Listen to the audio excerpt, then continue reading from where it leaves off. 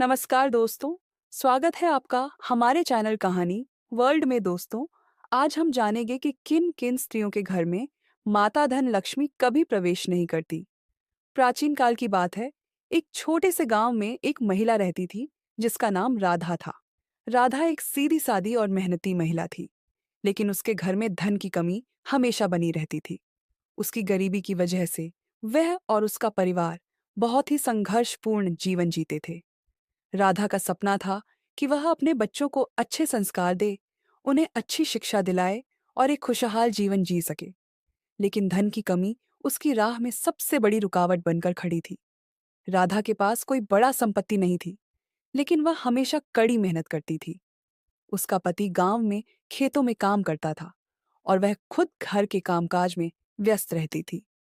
राधा के पास एक छोटा सा कच्चा घर था, लेकिन वह उसे भी साफ सुथरा और व्यवस्थित रखती थी। उसका मानना था कि घर की सफाई और व्यवस्था बनाए रखना ही जीवन में सफलता की कुंजी है। हालांकि उसके पास पैसे की कमी थी, लेकिन वह कभी भी किसी से मदद मांगने में शर्माती नहीं थी। वह रोज मंदिर जाती थी और वहां घंटों समय बिताती थी।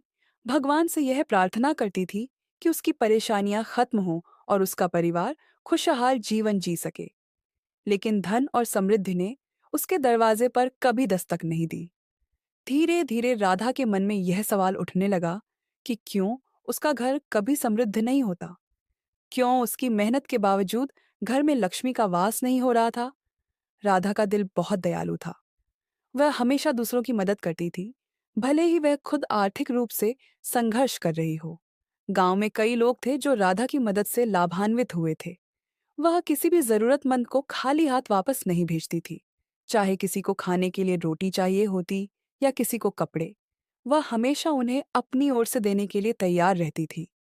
लेकिन एक दिन गांव में एक साधु बाबा आए और उन्होंने सभी से एक महत्वपूर्ण उपदेश दिया।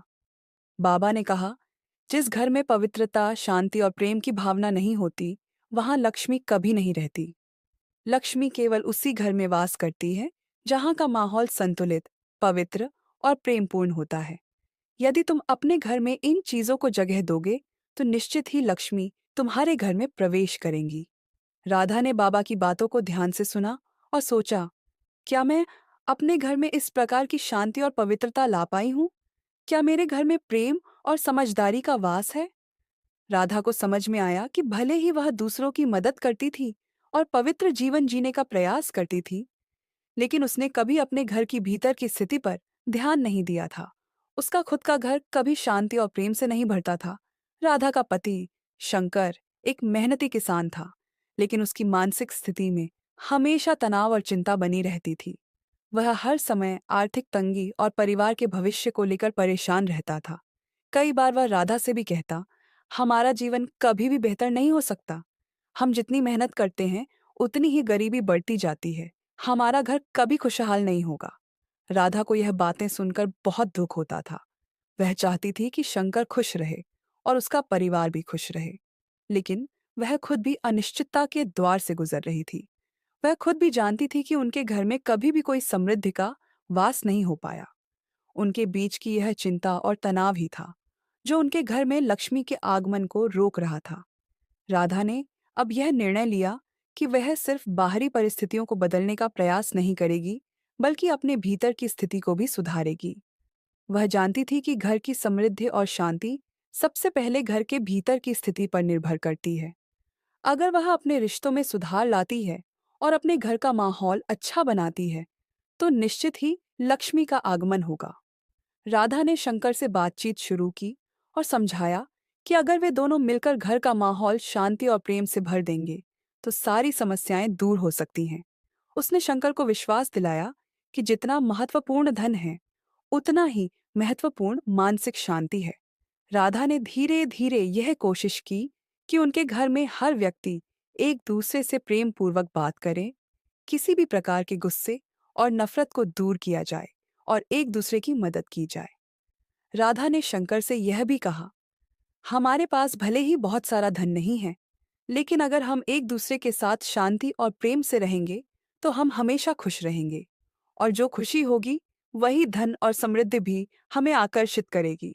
राधा ने अपने घर में एक नई शुरुआत की। उसने खुद को भी मानसिक रूप से शांत करने की कोशिश की और शंकर के साथ अधिक समझदारी से व्यवहार किया। बच्चों के साथ भी उसने एक सकारात्मक माहौल बनाने की कोशिश की। घर में हर किसी से प्रेम पूर्वक बात करना और किसी प्रकार की तकरार को रोकना उसकी प्राथमिकता बन गई। राधा का यह प्रयास धीरे धीरे सफल हुआ। शंकर का गुस्सा कम होने लगा और उसने भी अपने जीवन में मानसिक शांति की ओर कदम बढ़ाए। बच्चे भी अब खुश रहने लगे थे और घर में हंसी खुशी का माहौल बन गया था। अब राधा को यह समझ में आया कि जिस घर में शांति, प्रेम और सकारात्मकता होती है, वहां लक्ष्मी का वास स्वाभाविक रूप से होता है। कुछ समय बाद राधा और शंकर के घर में बदलाव आ गया। शंकर की मेहनत अब रंग लाई और उसने एक अच्छा सौदा किया जिससे परिवार को आर्थिक लाभ हुआ। राधा ने अपनी समझदारी से घर के माहौल को इतना अच्छा बना लिया था कि अब घर में खुशियां ही खुशियां दिखने लगी। यह सब लक्ष्मी के आगमन का प्रतीक था। लेकिन राधा जानती थी कि धन और लक्ष्मी का असली रूप केवल भौतिक संपत्ति नहीं था, बल्कि यह उस मानसिक शांति और संतुलन में था जो उन्होंने अपने घर में स्थापित किया था। इस कहानी से हमें यह शिक्षा मिलती है कि केवल बाहरी संपत्ति और धन से नहीं, बल्कि घर के भीतर शांति, प्रेम और अच्छे रिश्तों से लक्ष्मी का वास होता है। यदि हम अपने विचारों, आचार व्यवहार और रिश्तों में सकारात्मकता लाते हैं, तो समृद्धि और खुशी का आगमन निश्चित रूप से होता है। धन केवल एक बाहरी चीज है, लेकिन मानसिक शांति और पारिवारिक प्रेम ही असली समृद्धि है। राधा की कहानी यह सिखाती है कि हर महिला, चाहे वह किसी भी परिस्थिति में हो, अगर वह अपने घर के माहौल को प्रेम और शांति से भरने की कोशिश करती है, तो लक्ष्मी स्वयं उसके घर में प्रवेश करती है